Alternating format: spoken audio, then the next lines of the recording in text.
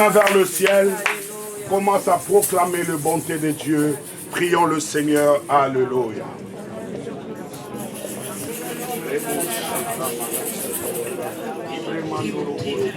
Remplace-moi quelqu'un de vous.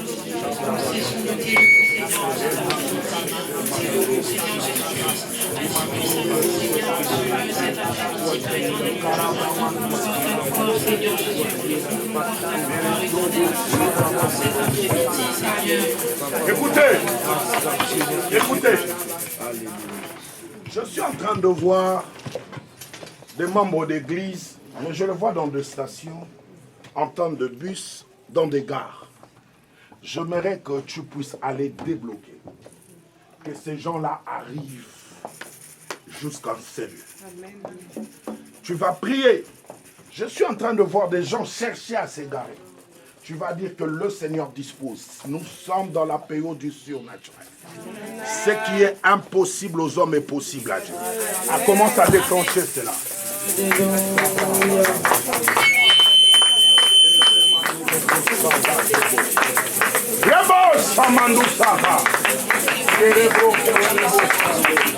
Rebo Shakaramando Supramare Kamabo. Et il commande le sobre Kawega. Il est commandé le Sakarimandoza. Et le mando sobre Kawega. Je vois Dieu tout-puissant descendre dans la maison. Rabo Shika. Je vois le Seigneur Dieu tout-puissant déclencher quelque chose cet après-midi. Éternel, merci. Merci parce qu'il y a une forte grâce. Père éternel, merci. Merci, il y a quelque chose cet après-midi. Il y a quelque chose cet après-midi. Il y a un miracle au point d'arriver. Il y a un miracle au point d'arriver. Sabra Karamando Subra. Rikamando Subra Karevache. Ikaramando Robo Senderi Beruka. Ikaramando Kabo Subremando. La Bible dit ce qui est impossible aux hommes est possible à Dieu. La Bible dit ce qui est impossible aux hommes est possible à Dieu. Je vois des membres de l'église se déplacer, je le vois encore en mission. Je vois la porte s'ouvrir, je vois quelqu'un dans le nom de Jésus.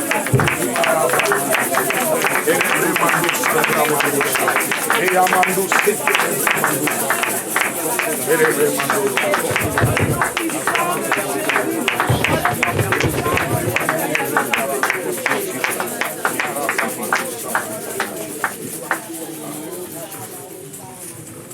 Éternel Dieu, nous voulons te dire un grand merci. Merci pour ta forte présence. Merci parce qu'aujourd'hui tu vas nous faire du bien. Merci parce que cet après-midi, tu es au rendez-vous comme jamais. J'appelle le Dieu du surnaturel. Le Seigneur qui m'est apparu, le Seigneur qui a accompli des choses dans ma vie. Seigneur, tu m'as dit aujourd'hui, vas-y, je te dirai ce que tu diras à mon peuple. Et sur ce, nous commençons à t'acclamer et à proclamer combien tu es merveilleux. Acclamez bien Jésus.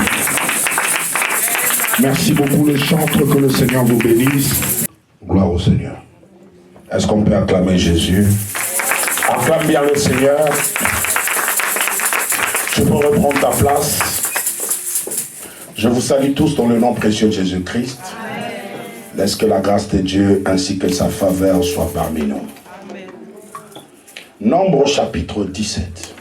Aujourd'hui, je vais parler sur le mystère de la verge d'Aaron. Dis à ton frère, le mystère de la verge d'Aaron. Le mystère de la verge d'Aaron. Et quand je parle de mystère de la verge d'Aaron, je donnais déjà le verset, ça veut dire qu'on est debout. Parce qu'on veut honorer la parole.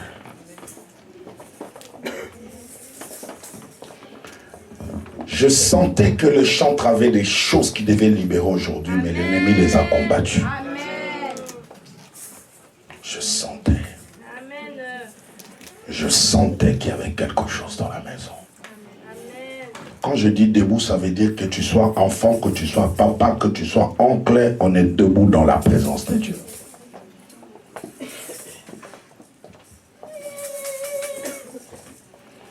Nombre chapitre 17, nous commençons à partir du verset 16 et nous allons les lire jusqu'au verset 20. celle ou celui qui a trouvé peut nous aider à la lecture. Je lis au nom de Jésus-Christ. Amen. Nombre chapitre 17, le premier verset. L'Éternel parla à Moïse et dit, parle aux enfants d'Israël, prends d'une verge selon la maison de leur père, soit 12 verges de la part de tous les princes selon les maisons de leur père. Tu écriras le nom de chacun sur la verge. Ah ouais. On y va, c'est ça. Tu écriras le nom de chacun sur sa verge, et tu écriras le nom d'Aaron sur la verge de Lévi. Stop. C'est quoi une verge? Un bâton. Un bâton. Parce que déjà, si tu ne comprends pas, tu te perds. Amen. Et que le Seigneur m'aide parce que je suis avec notre bien-aimé Géry. Deux fois, je bouge beaucoup. Suivez-moi. Et surtout quand je suis dans les surnaturels, suivez-moi. Amen. On y va. Car il y aura une verge pour chaque chef des maisons de leur père. Que quelqu'un prend comme quelque chose comme une verge pour lui. Moi, ça serait ça. Cherche quelque chose qu'à ça soit ton verge. C'est comme ça que je veux prêcher aujourd'hui. Soulève ta verge.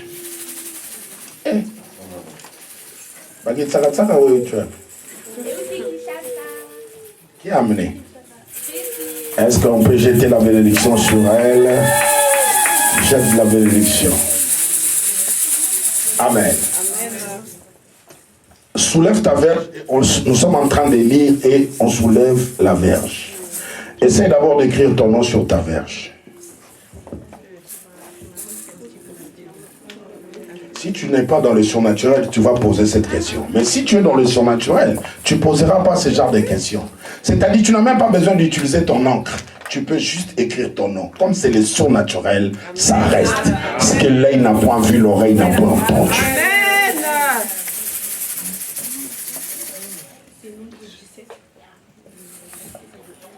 Dans deux versions, Louis II, c'est nombre 17, premier verset jusqu'au verset 13.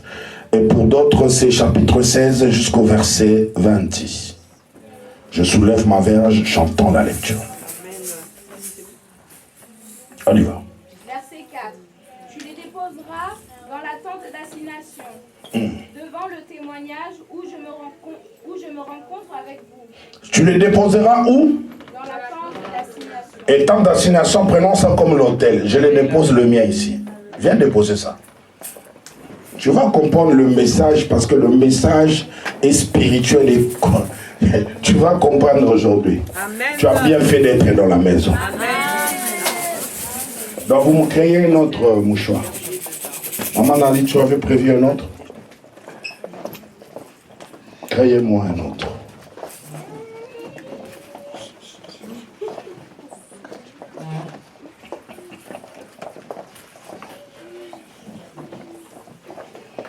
N'oublie pas ta verge. On avait bien dit écris ton nom. Ça veut dire que ne prends pas la verge de quelqu'un d'autre. Parce que les verges sont selon le tribu.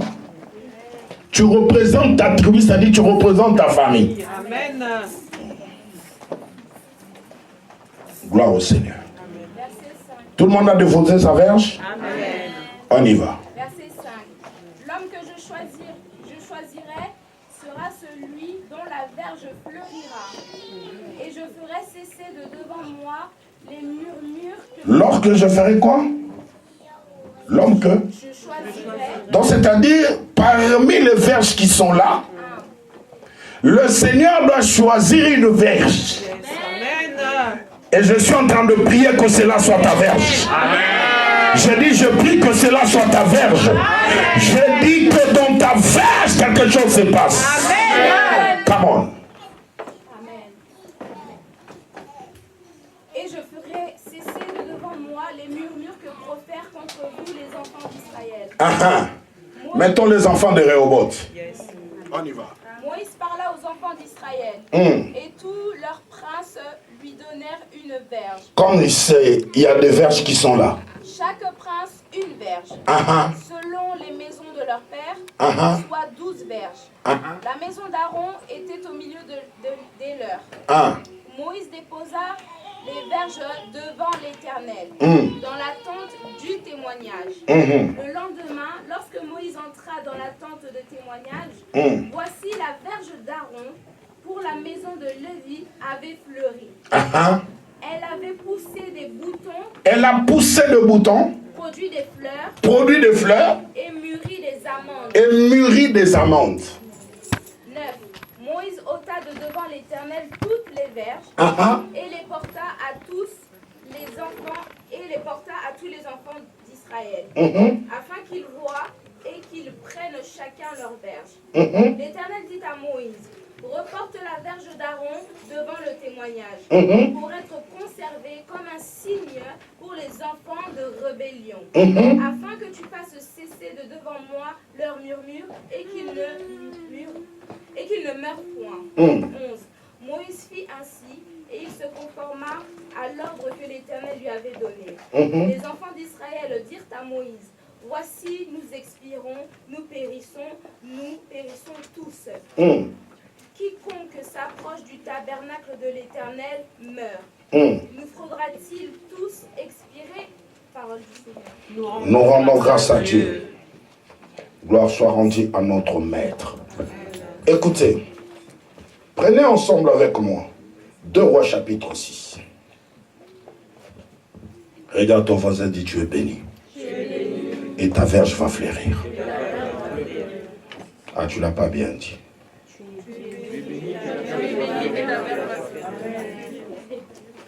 Qui a trouvé le premier verset? Nous allons le lire jusqu'au verset 7. Il est où, frère Célé? Il n'est pas là. Est-ce qu'on peut acclamer le Seigneur? J'ai vu des vides qui sont remplis ici pour le travail qu'a fait notre frère Pidous et le frère Célé. Est-ce qu'on peut acclamer Jésus? Eh, Bolinga, frère Oté, regardez vos acclamations. Regardez ce genre d'acclamation. En Kitsanov Bible, moi Jésus. Et quand Dieu est dans la pauvreté, ça fait du bien. Avez-vous pas remarqué, frère, on n'avait pas remarqué un changement de vent? Ben oui, j'ai vu qu'on a comblé les vides. Avant, c'était juste un petit carré, hein? Ouais. Ça s'est allongé, hein? Ça n'a pas donné quelque chose? Et les 2 églises qui sont là, on va toujours dominer sur eux. Parce que nous créons toujours quelque chose pour que cette salle soit propre. Parce que la plupart des gens qui viennent ici sont propres. Tous sont propres. Amen. C'est pourquoi ma fille est venue avec sa belle robe azul pour tabacheli. Est-ce qu'on a la liputa? Ça va me désonctionner. Ça, c'est une église où les gens, quand tu sors de chez toi, tu es venu, c'est comme si tu vas dans une fête. Parce que devant ton Dieu, devant l'Éternel, c'est une fête. Amen. Faut pas venir vite fait. Prends ton temps. 2 Rois chapitre 6. Qui a trouvé le premier verset jusqu'au verset 8. C'est autant pour nous. Je lis la parole de Jésus-Christ. Amen. Un jour, les membres du groupe de prophètes dirent à leur maître Élisée: regarde, le local où nous réunissons avec toi est trop petit pour nous. Le local auquel nous réunissons est trop petit pour nous. Permets-nous de descendre au bord du Jourdain.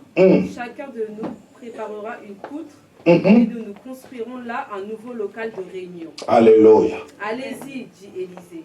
Mais l'un des prophètes reprit: Maître, accepte de venir avec nous. D'accord, je viens avec vous. D'accord, je viens, répondit Élisée. Il descendit donc avec eux au bord du Jourdain, où ils abattirent des arbres.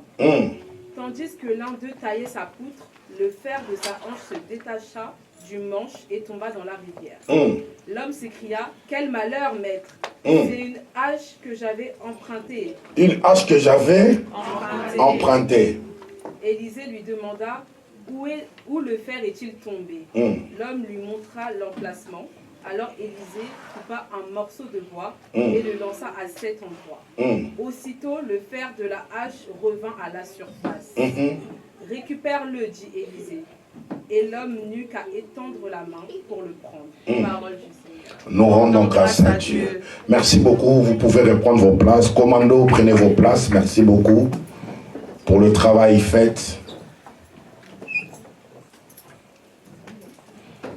Non, maman, toi, tiens-toi de l'autre côté. Toi, pousse, laisse le commando là parce qu'il peut intervenir à chaque instant.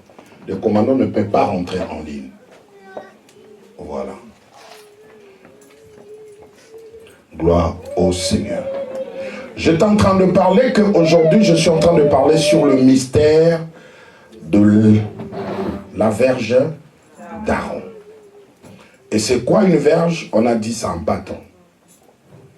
Mais Israël était buté dans un problème dans cette période. Moïse, qui était à la tête de diriger le membre ou le peuple de Dieu, depuis qu'ils sont sortis de l'Égypte, ils sont arrivés dans les déserts et ils se dirigeaient vers la terre promise. Mais pendant leur séjour dans le désert, la Bible est en train de dire qu'il y avait trop de murmures. Il y avait un homme qu'on appelait Corée, et il était ensemble avec une bande de personnes, et leurs travaux c'était de s'opposer à Moïse et à Aaron. À chaque fois que le Seigneur donnait une recommandation par le truchement de Moïse, lorsque Moïse l'adressait, il adressait à la personne qui était à ses côtés, qui était considérée comme le prophète, parce que Dieu avait établi Moïse comme Dieu et il a établi Aaron comme son prophète. Déjà Moïse avait des difficultés pour parler, c'était un homme qui bégayait. Et la Bible dit que le Seigneur Dieu, lorsqu'il disait des choses, si Moïse veut le relayer à Aaron, le peuple là a monté un camp de rébellion pour s'opposer farouchement aux ordres que donnait Moïse à Aaron. Et c'est là à chaque instant qu'il y ait de murmures. Et lorsque le tabernacle fut construit, on devait maintenant mettre des personnes qui devaient travailler dans le tabernacle. Et des personnes habilitées, des personnes formées. Et Dieu avait même recommandé des tennis sacerdotaux, des tennis que ces gens-là pouvaient porter, l'attitude et les couleurs que le Seigneur avait recommandées. Mais Aaron, quand il venait pour accomplir l'ordre qu'a donné Moïse, il y avait toujours quelque chose de l'opposition. Et cela a déplu à Moïse.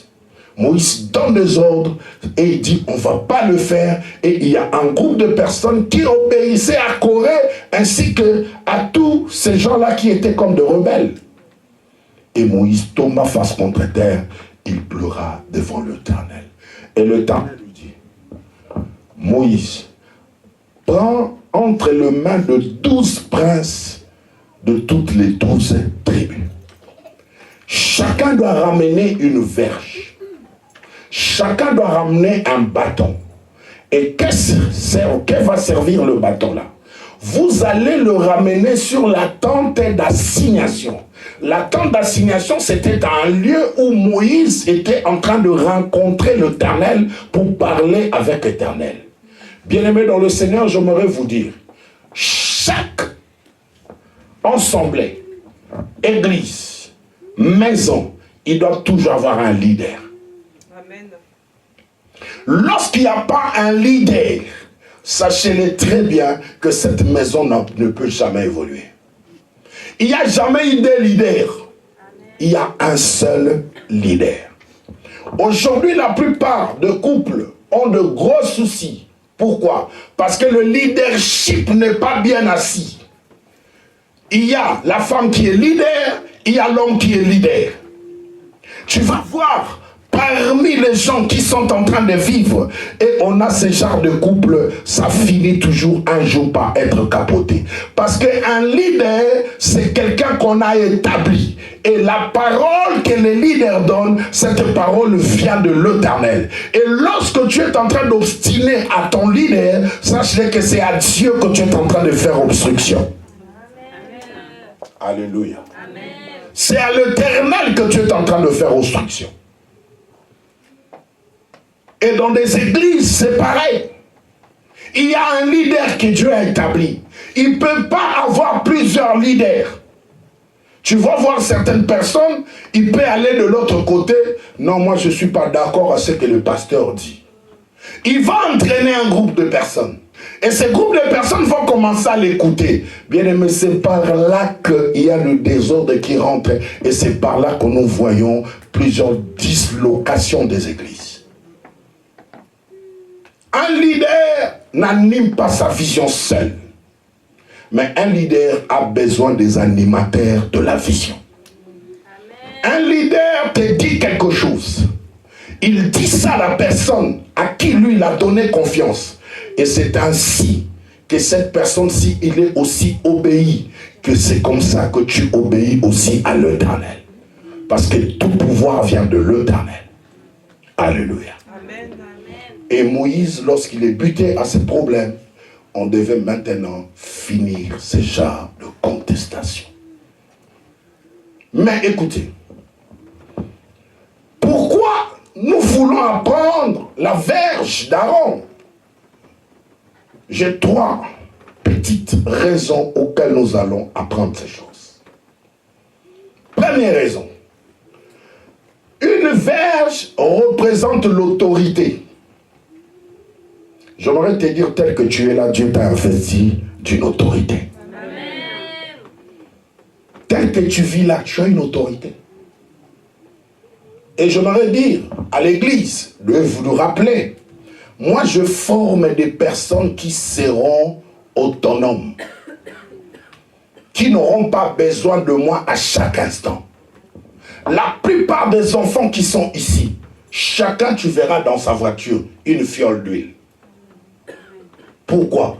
Parce que quand il sent que les choses ne marchent pas, il ne m'appellera pas. Il va appliquer l'huile dans le nom de Jésus. Mais comme l'huile a déjà reçu l'onction de Dieu, venant de leur Père, ils savent qu'il y a un Dieu avec notre papa. Et j'aimerais te dire que tel que tu es là, je suis en train de voir que cette année, avant la fin, le 31 décembre, il y aura une surprise agréable qui est au point d'arriver. Parce que tu n'as pas dit Amen, rate ces choses. Mais à celui qui a dit Amen, il y a une surprise qui est au point d'arriver. Il y a quelque chose qui t'arrivera de tout à coup. Quelque chose de ne pas calculer, tu n'as pas médité, tu n'as pas proposé, mais le Seigneur viendra faire de sorte que l'humanité sache que tu as un Dieu. Amen. La verge représente l'autorité. Deuxième raison, la verge représente la puissance. Écoutez, tu sais, dans notre vie, nous devons savoir que la puissance, elle est dimensionnelle. C'est pourquoi, quand on parle de la puissance, je peux le prendre comme une force. Allez voir dans des combats, on va te dire, il y a des combats de poids lourds. C'est par rapport à leur kilo, par rapport à leur puissance qu'ils ont. Et il y a des combats de poids mouche, il y a des combats de moyens. Ça veut dire que c'est dimensionnel. Il y a des niveaux que tout le monde ne peut pas atteindre. Il y a un niveau où les autres sont au-dessus de toi. Il y a un niveau où tu es équilibré. Et il y a un niveau où il y a des personnes aussi qui sont en dessous de toi. Mais je suis en train de te dire, par rapport au message d'aujourd'hui, il y a un niveau qui te soulèvera du plus bas et te placera dans le niveau supérieur. Parce que l'onction que tu détiens, c'est une onction supérieure. Amen. Et c'est cette onction-là qui fera en sorte que tu puisses voir la puissance de Dieu. Donne-moi un amen. Amen. Et la croix, la puissance de la verge, sur le 3e niveau, il représente ce qu'on appelle la victoire. Amen. C'est pourquoi la croix n'est pas un ferraille. Yes. La croix, c'est une verge. Et ces verges-là a subi des choses auxquelles ça va nous donner de la victoire. Amen. Et je suis en train de prier le Seigneur que dans tout ce qui est en train de te terrasser, tu obtiendras la victoire sur ça. Je dis, si c'est une maladie, il y a une victoire sur cette maladie. Je dis, s'il y a un problème, il y aura une victoire sur ces problèmes-là. Je suis en train de te dire, ces problèmes financiers qui te dérangent, à la fin, tu auras la victoire. Parce que la vie chrétienne, c'est comme un combat de boxe. Dans un combat de boxe, il y a plusieurs rounds. Le mois représente des rounds. Chaque année, nous avons 12 rounds. Bien aimé, le 3e mois, tu peux être au sol. Le 4e mois, tu peux être au sol. Mais c'est que je connais, la Bible dit, vaut mieux la fin d'une chose que son commencement. Il y aura un miracle qui viendra à la fin. Il y aura quelque chose de surnaturel qui t'atteindra à la fin. C'est à la fin que tu célébreras la coupe. C'est à la fin que tu célébreras la médaille. Et je vois sur ton cou une médaille d'or. Je dis, je vois sur ton cou une médaille d'or. Je vois sur tes mains en train de soulever une coupe. La victoire est certaine par celui qui nous a aimés. La victoire est certaine par Jésus-Christ. Personne ne peut marcher avec Jésus et continuer à éprouver des échecs après échecs. Amen. Alléluia. Amen. Tu commenceras mal, mais tu finiras bien. Donne-moi un amen. Amen. Je dis, tu commenceras mal et puis tu finiras bien. Amen. Tu commenceras par une maladie, mais je vois une guérison arriver. Amen. Mais suivez-moi. La Bible dit, Moïse a dit à toutes les tribus, parmi vos princes, vous détenez une verge, vous détenez un bâton qui est symbole d'autorité, symbole de puissance et symbole de victoire. Vous allez tous le ramener dans la tente d'assignation. On va prendre de verge et on va laisser là. Mais la verge qui va fleurir, c'est cette verge-là qu'on comprendra que c'est la personne auquel il doit récupérer l'autorité. Parce que vous êtes en train de discuter. C'est moi, ce n'est pas moi. C'est pas grave. Mais l'Éternel en sera le juge. Écoutez. Chacun, il a pris sa verge. Il a écrit son nom. Comme toi, tu viens de le faire. La Bible dit. Il dépose. Chacun rentre chez lui. Mais arrivé le matin, Moïse est arrivé. Moïse regarde toutes les verges qui étaient là. Il n'y avait aucune verge qui a fleuri. Mais il observe très bien. Il voit une verge qui a fleuri, qui a donné des boutons, qui a donné des amandes, et des amandes sont mûries. Écoutez, est-ce que je peux descendre? Amen. Parce que là, il faut que je dise des choses qui sont fortes. Excusez-moi. Écoutez. La verge, même si on le plante, prenons une sémence. Prenons un noyau, comme vous voulez. Allez planter un noyau sous la terre. Est-ce que quand tu reviens, tu trouves ces noyaux-là mûris? Non. Il va pousser le même jour? Laissez-moi le dire comme je le sens. Naturellement, quand tu plantes quelque chose, est-ce que c'est le lendemain que déjà la plante va pousser? Non. Si tu veux encore aller plus loin, ça peut créer de boutons. Est-ce que ça peut donner de fruits? Est-ce que ces fruits peuvent mûrir aussi en un jour? Non. Regarde ton voisin, dis les surnaturels, ils commencent. J'aimerais dire à quelqu'un qui est ici. Pour toi, naturellement, tu dois croiser un homme. Sympathiser. Prenez quelques mois de fiançailles.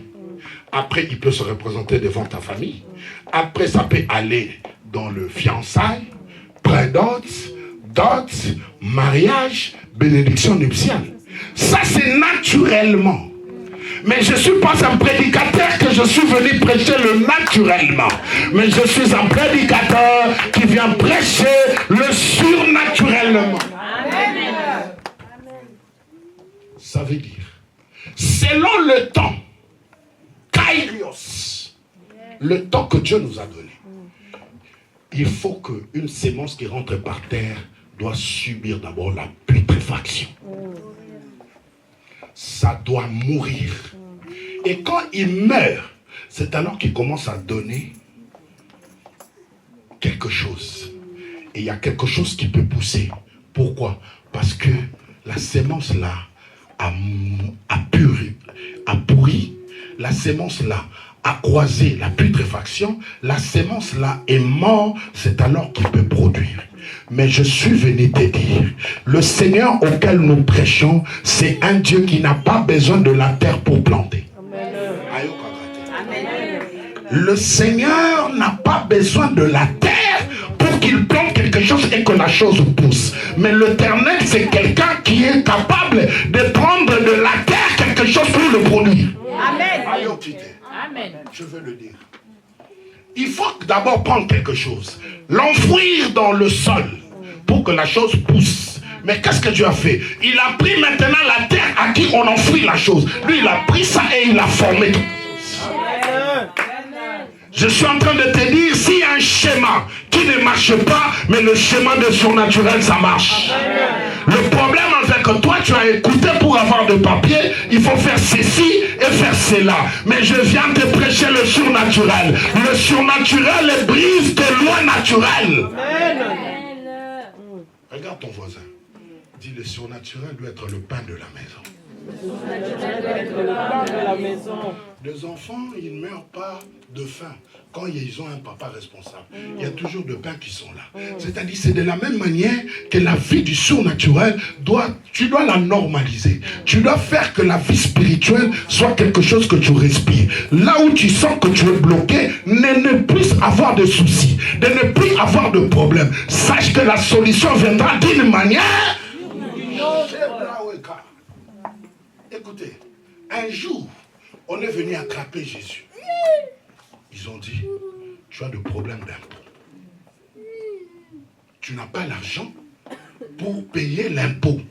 Jésus regarde, il dit naturellement, c'est aussi normal que je suis en train de vivre, faire des choses et je dois payer l'impôt parce que je ne suis pas venu abolir la loi mais l'accomplir. Mais maintenant, il appelle Judas. C'est lui qui détenait la bourse, le voleur. Il a déjà pris l'argent, il a emprunté aux gens ou il a utilisé l'argent. Jésus se retrouve dans la caisse, 0 héros. Mais un homme de surnaturel. Quand tu vois qu'il est arrivé à l'extrémité, c'est alors que quelque chose de nouveau va commencer. C'est alors que quelque chose de miracle est au point d'arriver. Jésus a dit, Pierre, viens, va au fleuve. Le premier poisson que tu attraperas, ouvre la bouche, donne, prends de l'argent, viens payer mon impôt et ton impôt. Réfléchissons. Mais le surnaturel refuse la réflexion. Naturellement, un poisson ne peut jamais garder quelque chose qui est en métal. Un ferraille ne peut pas rester dans sa bouche. Mais comment il y a l'argent qui reste dans la bouche d'un poisson? L'esprit m'amène quelque part. Il dit, viens. Tu dois savoir l'origine de cet argent. Ah bon? J'ai dit, tel il connaît, il dit non, lui il ne connaît pas. Je lui ai privé ça. Tel il connaît. J'ai dit, le Seigneur m'a dit, il ne connaît pas. J'ai dit, je connais un prédicateur, il connaît, il dit, il ne connaît pas. Mais parce que tu es l'un des vieillards, je vais t'ouvrir l'esprit. J'ai dit, Seigneur, parle, j'écoute. Il me dit ceci. Lorsque l'Éternel a appelé un homme, Jonas, il lui a dit, va prêcher la parole à Ninive. Jonas refusa.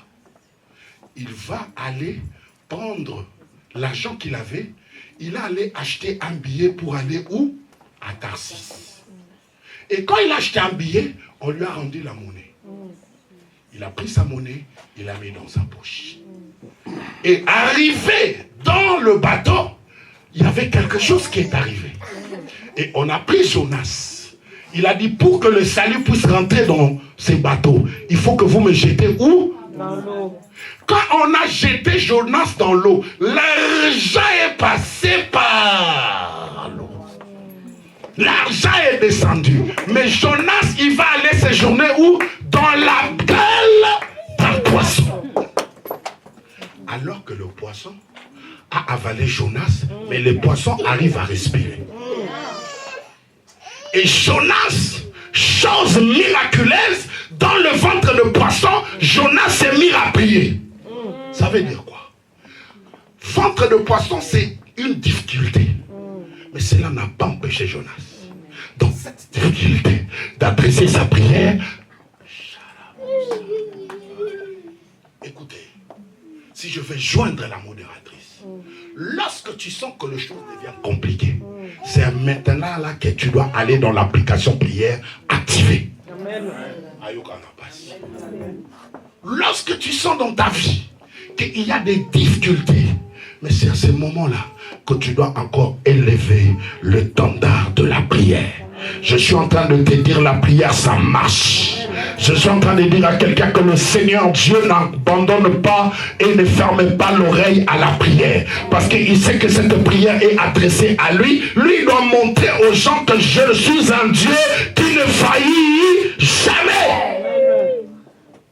Et quand cet argent est tombé, il y a un poisson qui traînait, qui a pris cet argent et il a mangé.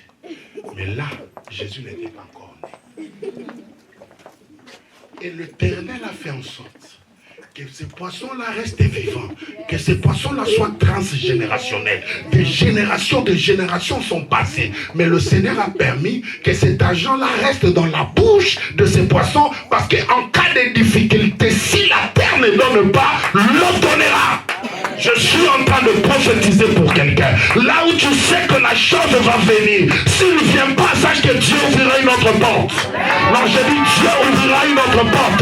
Là où tu sens que ici, c'est ici que j'aurai ma part. Mais tu arrives là-bas, tu ne trouves pas ta part. Sache que le ciel ne sera jamais clôturé. Je suis en train de prophétiser pour quelqu'un. Le jour où toi tu ne recevras rien, c'est le jour où on clôturera le ciel. Dis-moi quel est ce matériel qui est capable de cotiser depuis nord jusqu'au sud, depuis l'est et à l'ouest, de clôturer le ciel. S'il y a l'espace qui reste et que tu vois le ciel, ça veut dire que quelque chose arrivera à coup sûr. Amen.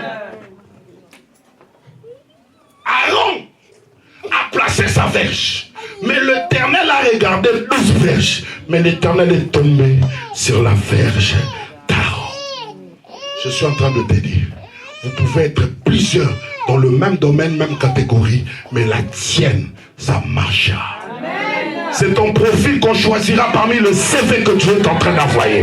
Parce que quand l'Éternel Dieu regardera, il touchera au manager, le profil qui nous intéressera sera ton profil. Et je t'annonce, tu prendras un salaire au-delà de ce que tu devais prendre.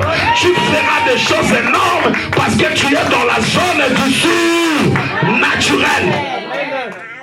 Oh, ceux qui sont dans cette zone, s'ils deviennent des dangereux.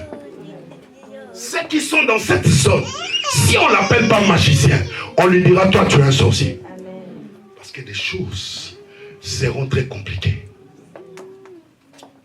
Il vient toucher à la verge. Il voit sur la verge des amandes. La verge fleurit. Il y a des fleurs qui sortent. Mais écoutez-moi, comment quelque chose qu'on a sémé lundi, le mardi, il a déjà donné des fleurs, il a déjà donné une plante, il a déjà donné de fruits, mais pas n'importe quel fruit, des fruits qui a déjà mûri. Je suis en train de te dire les choses que tu penses que tu peux l'avoir dans 10 ans. Le Seigneur fera que tu le prends dans un mois. Écoutez, le surnaturel brise de processus naturels. La verge d'Aaron, une verge miraculeuse qui a donné en un jour des choses qui peuvent se faire pendant 5 ans. Je suis en train de t'annoncer. Je vois quelqu'un croiser quelqu'un. Au lieu que les choses passent naturellement et normalement, mais ces choses-là vont passer à telle enseigne que même tes parents, ils vont dire, tu ne trouves pas que c'est pressé? Non, le surnaturel ne connaît pas la loi du pressé. Écoutez, un jour, il y avait des fils de prophètes qui sont l'image des enfants de l'église. Ils ont vu que leur église commençait à devenir petite. ils ont trouvé une initiation d'aller couper des arbres pour en faire une autre église, plus grande. Mais écoutez, chacun devait avoir une hache, un couteau, une machette. Mais parmi ces enfants-là, il y a un qui n'avait pas une machette chez lui, il n'avait pas une hache chez lui, mais il est allé emprunter. Mais juste pour que la vision soit quoi? S'élargisse. Écoutez-moi. Vous savez, lorsqu'il y a un chaos dans la maison, un enfant qui a l'esprit de Dieu, qui vit dans la loi du surnaturel, est capable d'aller même emprunter, mais juste pour que la vision marche. Amen. Ça prouvait qu'il y avait l'amour de la vision dans les triples de ce jeune homme. Il sait que moi je pars, mais je dois aller chercher quelque chose et s'en servir. Et quand Dieu du haut du ciel, il a regardé le cœur de cet enfant, Dieu a dit, c'est par lui que le surnaturel doit se faire. Amen. Je suis en train de prophétiser. À chaque fois que tu investis dans l'œuvre, dans une vision, sache que tu deviens un élément auquel Dieu aussi va investir dans ta vie. Amen. Ma mère, sois encore dans la table d'ensignation. C'est par lui que je clôturerai le message. Et quand le gars a emprunté la hache, ils se sont mis en route pour partir. Mais l'un aussi parmi eux a dit, on ne peut pas partir comme ça sans le vieux père. On doit dire que Kokoba vient nous à... Écoutez, généralement ce que je trouve un peu bizarre dans nos églises, les gens ils pensent que comme il sait déjà prier, comme il est déjà autonome, ça suffit. Il y a des personnes qui sont des usines du surnaturel. Amen.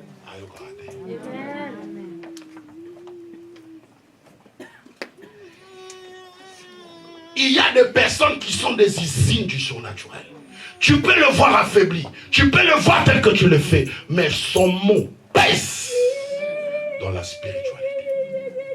Parce que c'est un élément potentiel de Dieu. Et le Seigneur Dieu, j'aime comment Paul le dit. Paul dit, nous sommes une vase de terre. Dis avec moi, vase de terre. Vase de terre. Vase de terre n'est pas dur. Elle peut se briser à tout moment.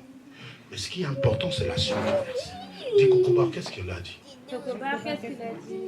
Il dit, mais dans ces vases de terre, l'Éternel a placé un mystère. Un mystère, c'est tout ce qui va te dépasser. Un mystère, c'est là où le schéma n'est pas exact. Un mystère, c'est lorsque la formule est contredite. C'est ça un mystère. Et il y a un mystère dans chaque roi. Il y a un mystère dans chaque leader. Il y a un mystère dans chaque personne que Dieu a mis de côté. Amen. Ce jeune homme-là connaissait qu'on peut croiser un embrouille. Mais quand on a cet homme, on a Dieu avec nous. C'est pareil avec Moïse. Dieu lui a dit, va, fais sortir le peuple. Moïse dit, si tu ne viens pas avec nous, je n'irai pas. Parce qu'il savait avoir Dieu à ses côtés. Parce que la Bible dit, l'extrémité des hommes, c'est l'opportunité de Dieu. Là où les hommes s'arrêtent, c'est par là que Dieu commence. Amen. Je vais aller chuter. La Bible dit, le prophète Élisée a consenti à faire marche avec eux. Pendant qu'ils étaient en train de couper le poutre, la Bible dit que l'âche emprunté est tombé dans l'eau. Alléluia. Amen. Le gars maintenant, c'était un secret. Mais le secret devait être dévoilé. Ah, cette tâche, je l'ai emprunté, maître. Ah bon? Je l'ai emprunté. Mais en partant, c'était un secret pour lui-même. Il y a des choses que tu peux faire dans ta vie, c'est un secret avec toi et ton Dieu. Mais il y a un moment où Dieu dévoile le secret. Quand Dieu dévoile un secret, c'est que le mystère va commencer. Et écoute le prophète. L'âche est tombé alors que le fer il doit subir la loi du pesanteur. Ça va l'attirer vers le bas. Mais qu'est-ce que le prophète a fait? Le prophète a dit, il y a toujours un mystère dans une verge. Il y a toujours un mystère dans un bâton. Si toi tu ne connais pas l'importance du bâton, le prophète avait une idée sur le bâton. Il dit, coupez-moi une poutre. On lui a coupé la poutre. Il dit, localise-moi là où est tombée l'âche. J'aime quand Dieu localise les choses. C'est par là qu'il y a un début d'une nouvelle histoire. Il vient, il dit, c'est tombé par là. Il prend la poutre. Il prend un morceau de bois. Il les fait lâcher.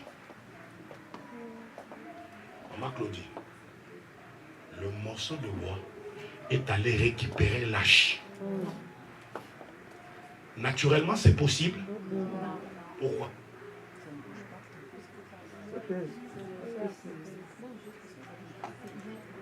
Vous m'envoyez. La loi Pourquoi? du pesanteur, le bois ne peut pas... C'est inerte. Le bois, c'est inerte. Ça ne touche pas. Comment il va aller chercher un truc qui est en dessous de l'eau. Gloire soit rendue au Seigneur. Cette église, si moi j'étais d'un con, j'aurais dû souffrir. Heureusement. Heureusement pour moi. La loi du pesanteur, il n'est pas inerte. Je ne comprends plus rien. C'est quoi la loi du pesanteur? C'est quoi la loi inerte? Laissez-moi vous expliquer. Un ferraille ne peut pas rentrer en contact avec un bois pour que ça s'affile. Quand tu prends un aimant, tu vas aller toucher dans un bois. L'aimant va coller? Non. Mais quand tu le touches dans un ferraille, ça fera quoi? Oui. Ça veut dire que le bois là, il n'est pas compatible à attirer quelque chose pour que cela vienne parce qu'ils ne sont même pas de la même nature. Mais l'Éternel a permis de montrer aux gens que le surnaturel est capable de définir ta connaissance, de l'abolir et de le mettre par terre et d'enseigner des choses que l'œil ne peut voir, des choses que l'oreille ne peut entendre. Un bois est incapable d'appeler un ferraille, mais quand le surnaturel est là, tout ça marche. Alors que Élisée voulait déjà leur apprendre que le morceau de bois que je mis par terre, ce n'est pas seulement le morceau de bois, c'est le type de la croix de Jésus-Christ qui sera de l'autre côté. Il va attirer des hommes qui sont mauvais, qui sont l'image de l'âge qui sont tombés. Mais Jésus-Christ va les attirer pour le conduire vers le Père, qui est l'image d'Élisée. Je suis en train de prophétiser. Ce qui s'est fait à la croix est en train de montrer que rien ne pourra rester impossible à toi. Écoutez, il voit l'âche surnager sur l'eau. Maman, l'arche est montée. Écoute, on va le chercher. Il va le chercher comment? Parce que c'est dans l'eau. Il doit marcher dans l'eau. Oui, il lui a déjà montré qu'il y a une dimension que Pierre va aussi expérimenter lorsque le Seigneur sera aussi en contact avec l'eau. Parce que la spiritualité, c'est l'eau. C'est tout un monde. Je rentre pas aujourd'hui. Tu vois ce que je veux dire? C'est-à-dire Dieu, quand il veut faire le surnaturel, il peut prendre cette maladie auquel les gens ont la capacité pour retrouver la guérison, doit faire des chimios. Il doit faire de hormonothérapie. Mais lui, il est capable de prendre juste un mouchoir que tu appliques sur quelqu'un. Ce mouchoir a la capacité de jouer le rôle d'un chimio, de jouer le rôle d'un hormonothérapie, sans pour autant passer par le processus. Je suis en train de te déclarer, il y a des choses qui peuvent se faire, tu n'as pas besoin de clocher de quelque chose d'autre. Mais la parole, ça suffit. Un homme est venu, sa fille était malade. Et la fille avait 12 ans. Il est venu chercher Jésus pour lui dire, ma fille est malade. Il y a un prophète qui me dit toujours au Congo, il dit, apôtre, toi tu perds beaucoup de messages. Un message, tu en as plusieurs messages. Mais moi, tes messages, je peux le dire ça 12 fois. Ce n'est pas moi le fabricateur. C'est la connexion auquel je me tiens. Là-haut, le wifi là, il est fluide. Ça coule. Parce que c'est pas question. Si tu peux le garder, je pourrais rajouter encore des exemples, mais qui sont terrestres. Mais j'aime bien rester dans la Bible, parce que la Bible dit n'enlevez pas la parole, ne rajoutez pas. Et cette parole, elle est la vérité, et elle reste intrinsèque. Jairus est venu voir Jésus, dit Seigneur, viens guérir ma fille. Il est au point de mourir. Jésus pose la question. Il dit, quel âge a-t-il? Elle a 12 ans. Jésus dit, j'arrive.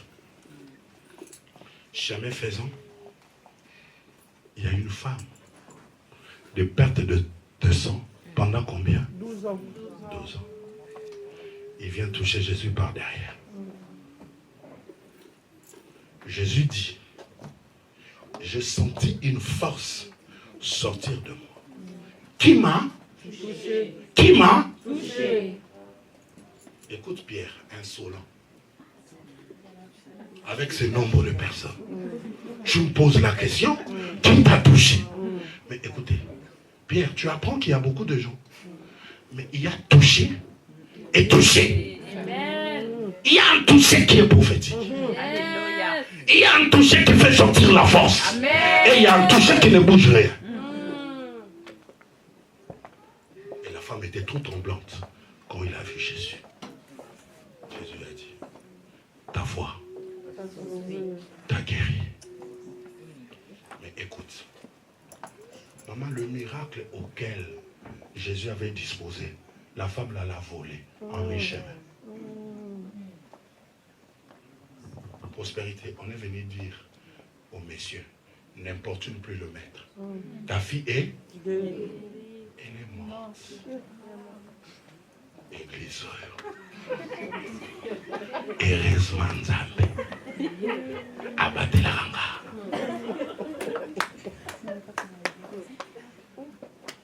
Ta fille est morte. N'importe plus le maître, c'est-à-dire la dose qui a été préparée pour la guérison. Et l'autre personne a volé la dose. Mais le grand problème, c'était aussi le maître des 12 tribus qui était là. La fille qui est morte avait 12 ans. La femme là avait 12 ans de maladie. C'est-à-dire, quand la femme commence la maladie, c'est alors que la fille est née. Et quand la vie est rentrée là-bas, la vie a quitté.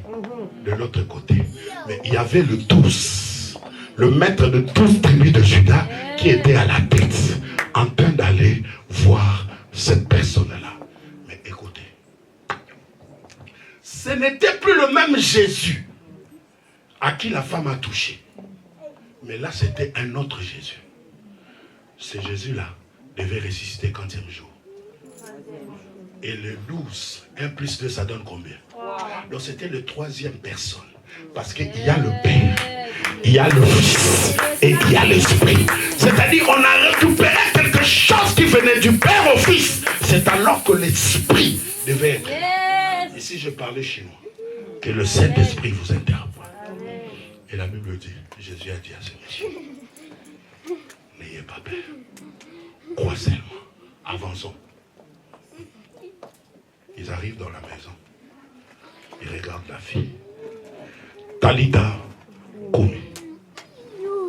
La fille s'est réveillée. Pour la fille, il donne à son père.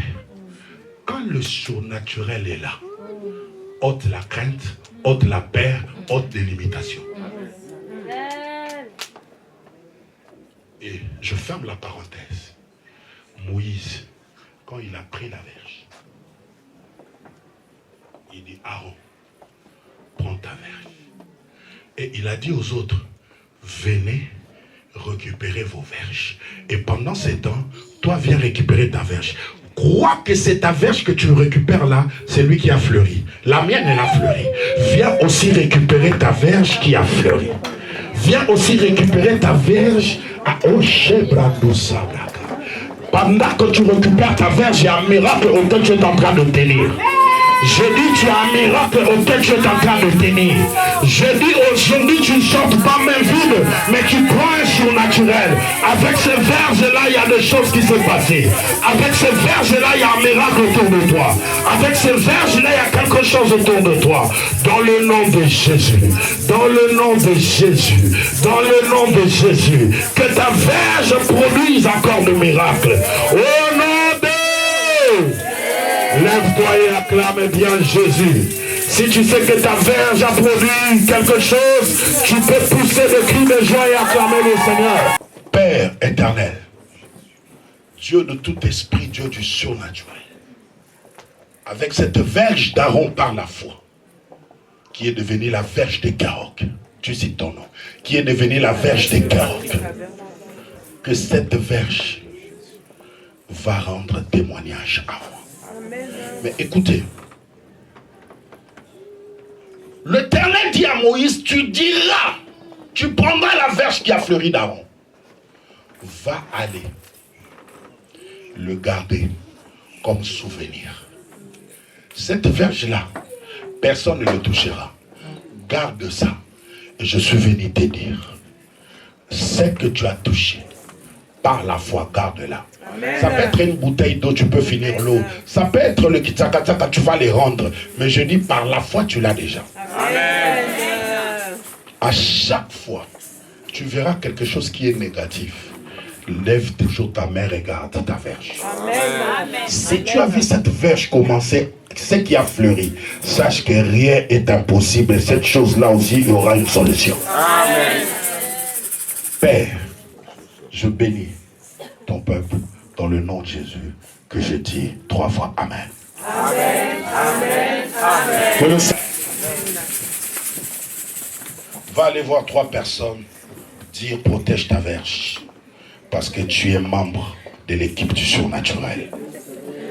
Je dis va aller voir, mais toi tu restes. Protège ta verge, tu es dans l'équipe du surnaturel.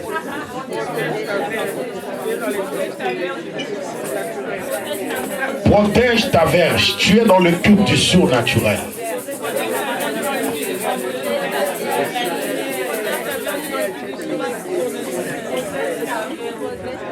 Tu es dans l'équipe du surnaturel. Tu es dans l'équipe du surnaturel. Protège ta verge, tu es dans l'équipe du surnaturel. Protège ta verge, tu es dans l'équipe du surnaturel. Amen. Et prends ta verge, fais-les rentrer dans ton sac par la foi. Pas l'élément, mais fais comme si tu as l'élément, tu le fais rentrer dans un sac, tu le fais rentrer dans ton portefeuille, dans ta poche, tu fais rentrer ça. Garde ça. Quand on apprend que l'enfant est malade, fais sortir ça. Amen. Tu regardes. Quand tu regardes comme ça, sache que la guérison est possible. Amen. Quand on t'annonce qu'on est en train de chercher quelqu'un, fais seulement sortir. Regarde ça. Parce que c'est lui le témoignage. Lui, l'impossible est devenu possible. C'est que la chose là sera aussi possible. Nous sommes dans la saison du surnaturel. Écoutez, j'ai perdu beaucoup de personnes depuis que cette année a commencé.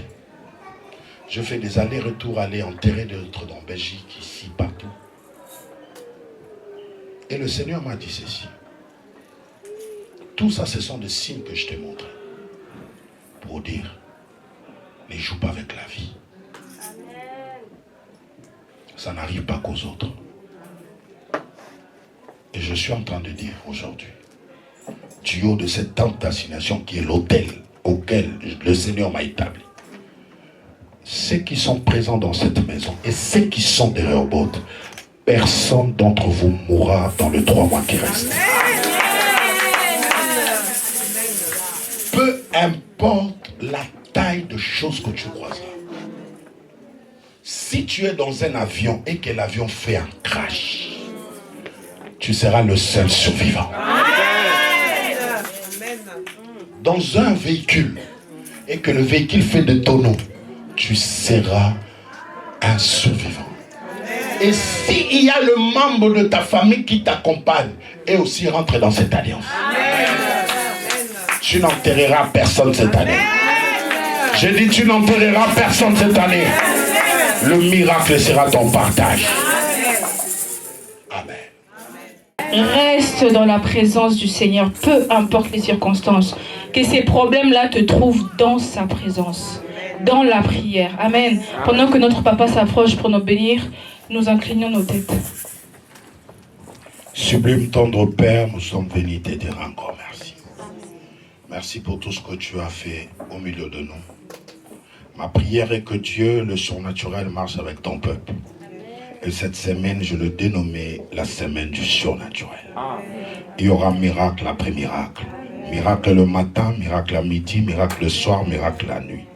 Seigneur, là où on a mis le piège pour tuer, faire du mal à tes enfants, Seigneur, viens au-devant et précipite ces choses vers la mer au nom de Jésus. Rien, Seigneur Dieu, de mauvais leur arrivera. Que de bonnes nouvelles, et je suis en train de le prophétiser.